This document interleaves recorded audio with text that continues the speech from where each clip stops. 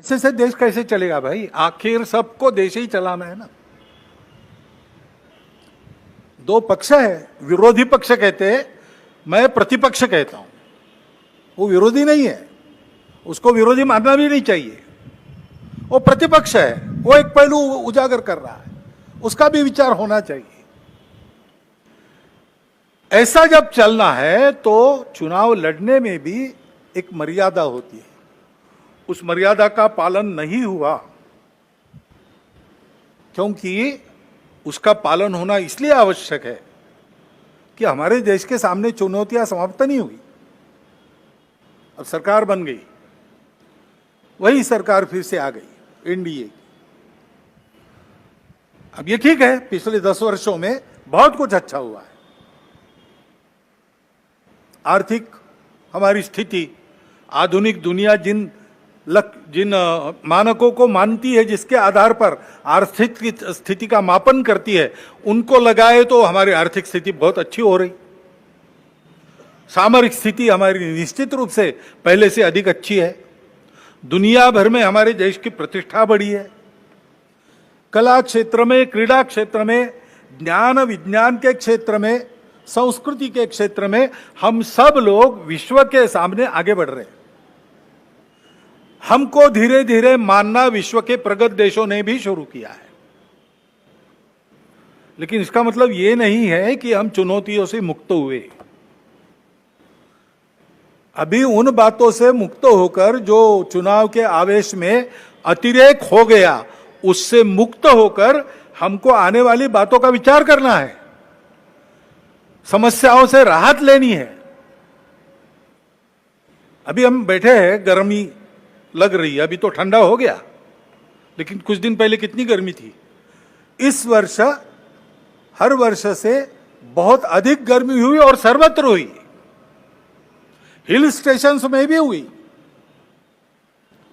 बेंगलुरु जैसे महानगर में जल का संकट आ गया। हिमालय के हिमनदियों के पिघलने के बारे में तरह तरह की बातें छप रही है। ये पर्यावरण का सारी दुनिया पर संकट है। भारत जो संस्कारों से ही पर्यावरण का मित्र बनकर चलता है, कृतज्ञता पूर्वक नदियों को, वृक्षों को, पहाड़ों को, पशुओं को, पक्षियों को पूजता है, उनके साथ अपना संबंध मानता है, वहां भी यह संकट खड़ा हुआ है, क्योंकि विकास पथ की दृष्टि अधूरी है। उसको बदलना होगा, सबको बदलना होगा। लेकिन जिसके पास ये दृष्टि पहले से है, वो भारत अपने आप को कैसे बदलता है ये देखकर दुनिया उसका अनुकरण करने वाली है। तो हमको अपना स्व के आधार पर एक विकास पथ ठीक से बनाना है। अभी उस स्व का विचार करके भी बहुत सी बातें हो रही है, लेकिन हमको मूल से विचार करके दृष्टिगत सारी बातें बदल के करना पड़ेगा। ज्ञान विज्ञान का जो आधुनिक सारा प्रवास और प्रयास है, उसको भी ध्यान में रखकर हमारे परंपरा का ज्ञान जो काल सुसंगत है, उसको साथ लेकर दृष्टि वो रखकर कि वसुधैव कुटुंबकम, और सृष्टि अपनी माता है। हम सृष्टि के विजेता नहीं है, हम सृष्टि के अंग है। वो माता है, उसका दोहन करना है, उसका पोषण होना चाहिए, इस पर ध्यान देना है। उस ढंग से विकास की रीति, उस ढंग से अपने विकास के प्रतिमान हमको बनाने पड़ेंगे। उसके लिए देश में शांति चाहिए। जगह जगह और समाज में कलह ये नहीं चलता। अब 1 साल से मणिपुर शांति की राह देख रहा है, उसके पहले 10 साल शांत रहा।